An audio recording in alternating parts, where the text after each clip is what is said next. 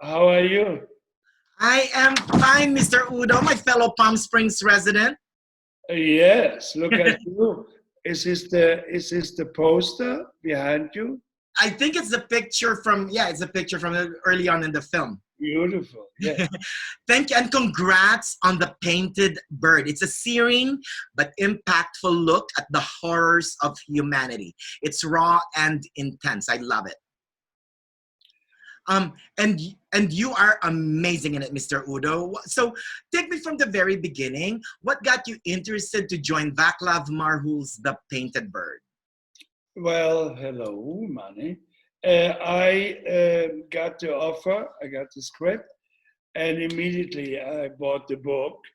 I had read it by 65, so I got the book and I compared the book with the script, and the script was really very strong of taking things which were in the book not that exactly strong, but in the script it was. And then I start talking, and and then they told me that there's a lot of parts like Hava Cartel, Stellan Skarsgård, but the main part is this boy. And I like the idea because I have seen, of course, being German, I have seen a lot of Holocaust movies. But what I like about this movie is it's not the Holocaust gate, open up, the boy runs away, the parents stand behind the window shaking, and hopefully the boy makes it. It's not like that. So it's about the boy to survive, to go. In the old days, even in the novel Nazis and Goldmund, a lot of people did this. They went to places for food and to sleep. Yeah. That was it's the same thing there. And there's some people abusing him. Some people he witnesses a jealous miller like me who loves his wife, and but my wife is having a little affair with my helper, which of course I don't like, and the boy witnesses the whole thing, and I saw the film. I never see dailies or rushes, whatever you may call it. I saw for the international press end of last year in Los Angeles, and first time I saw it, and I loved the film. First of all, it's amazing that it is in black and white because film is shadow and light. So I like it because it is you don't see any color. You see the reality of trees, the shadow, the young boy, and so that makes it totally different from the film, and that's why it works. And then, of course, the boy Peter, he wasn't an actor. Now he's an actor, and he will be. I hope he's going to continue doing that because it was amazing how intense just being in the room and how you watched me and how you watched the situation. I mean, it was amazing. And Václav, it was his film, is his baby. And you worked on it for years and years, get the rights for it, and then shoot the movie.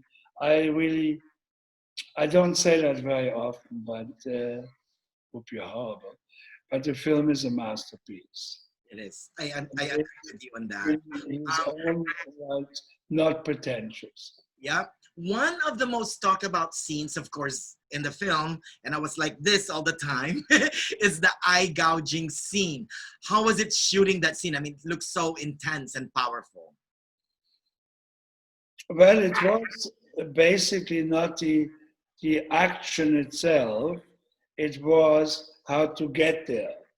So, how to take this decision, drinking, throwing the table in the air, seeing your wife touching her breast to provocate him.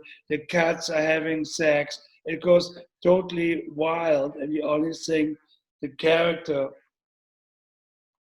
can sing about is, I take a spoon, I take his idols, he will never see my wife again.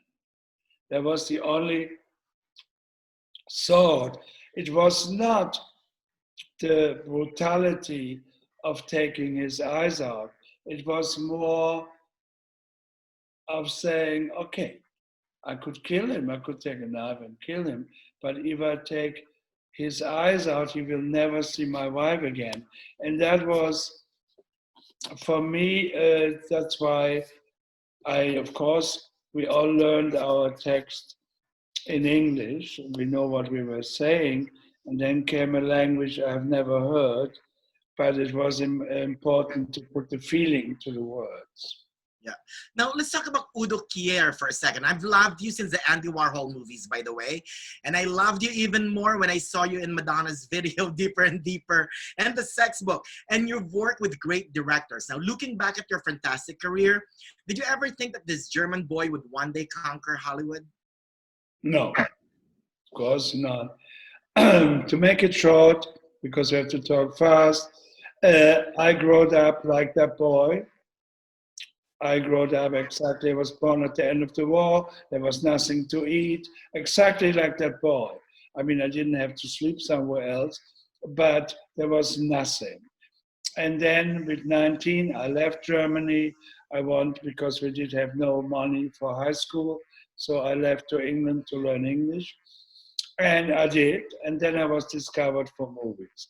And I didn't like to be an actor, but then they were very kind to me. They filmed me all with a long lens, far away. All I did is I was looking, where's the camera? Why is it so far away? But what I didn't know, I was in CinemaScope on screen, my face. So the magazines wrote The New Face of Cinema, blah, blah, blah. William Morris, worldwide contract. And as a poor boy, of course, I liked the attention. And I became an actor. And I was very, very, very lucky man that over the years I worked with Fassbinder, Wim Wenders, Herzog, Gus von Sant, with everybody. And I have never in my life asked the director, I would like to work with you. Imagine I say to David Lynch, I would like to work with you. And he would say to me, who doesn't? So I tell people like David Lynch, I tell him I like your movies. So then, it came, I was in Berlin, make it short. Was in Berlin, a man came to me and said, my name is Gus von Sant. I have made a little movie for $20,000, Mala Noche, but my next movie is going to be with Keanu Reeves, River Phoenix, and I have a part for you. I said, festivals, people feel lonely, they all talk. No, he meant it. He got me to America, and I came to America to my first American movie. I liked it here, Hollywood. And I stayed here. And, Gus has also a place in Palm Springs, as you know. And we had a dinner a couple of months ago, and I said, everything I own, I live in a library, everything I own, I owe thanks to you, which is true. So I have never, you see, as an actor, I met people. I met Lars von Trier. I made 10 films with him. I met people, and I like people, and I like movies. And that's why I like festivals, to see movies which normally I would never see. And then I meet, Mr. Philo, and he said, I'm doing a movie with in Brazil, and I would like that you play. And Kleber, I met him here. He said, I'm doing a movie with Sonia Braga, and I would like that you be in a movie. I said, okay. So I went to Brazil, do the movie, got the award in Cannes as the best film for Mr. Inarritu. So things, I'm not programming. Right. I've never programmed my career is a horrible word. I never programmed anything as an actor what I want to do next. Yeah. And Yeah. now my next, I just made a movie in Colombia from Israel with Leon Podolsky called My Neighbor Adolf. So I did that. That was my last film I did, and I came back, and then the virus all of a sudden came, and I was wandering at the airport in Miami where everybody wears a mask. So now I'm enjoying my time, and it's wonderful because I have a lot of time to think about my past life Oh. and notice I have much too much stuff Oh. to get rid of it. No more thrift stores, and that's it. Yeah.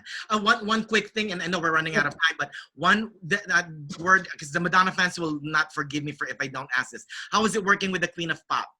Quickly. Who? With Madonna, with the Queen of Pop. Well, Madonna had seen me in my own private Idaho, and I was in New York, and they said they're doing a book with Stephen Meisel. We don't know, but we heard it has to do with Madonna. I went there to Stephen's studio. I knew it was important because on the street you see already the bodyguards with big necks and tight shirts. So I went there, and then Steve Meisel said, may I introduce, this is Madonna, Udo Kier. And she said to me, would you like to do a book with me? And I said, yes. And then I heard the book was called Sex. And of course. And then I did a section of the book, and I went back to LA, and then I got a call if I would be ready to do more hardcore. And I said, finally. So I went back to New York, and we worked, we took the pictures in a real sex club. Anyway, so I have your number, Manny. Yeah, I think, and I have your number as well. We'll continue. I'll do a more comprehensive interview with you. But I love you again. Once again, if you're an Udo Kier fan, go watch the IFC Midnight film, The Painted Bird. It's amazing, amazing film. And Bacurau. Yeah. And Bacurau. That's right. So, congrats again. It was nice to talk to you as always. And maybe someday I can interview you in your humble abode in Palm Springs, Mr. Udo. Yes, and with more time. Good luck on everything. Congrats on your Walk of Star, by the way. Talking to you.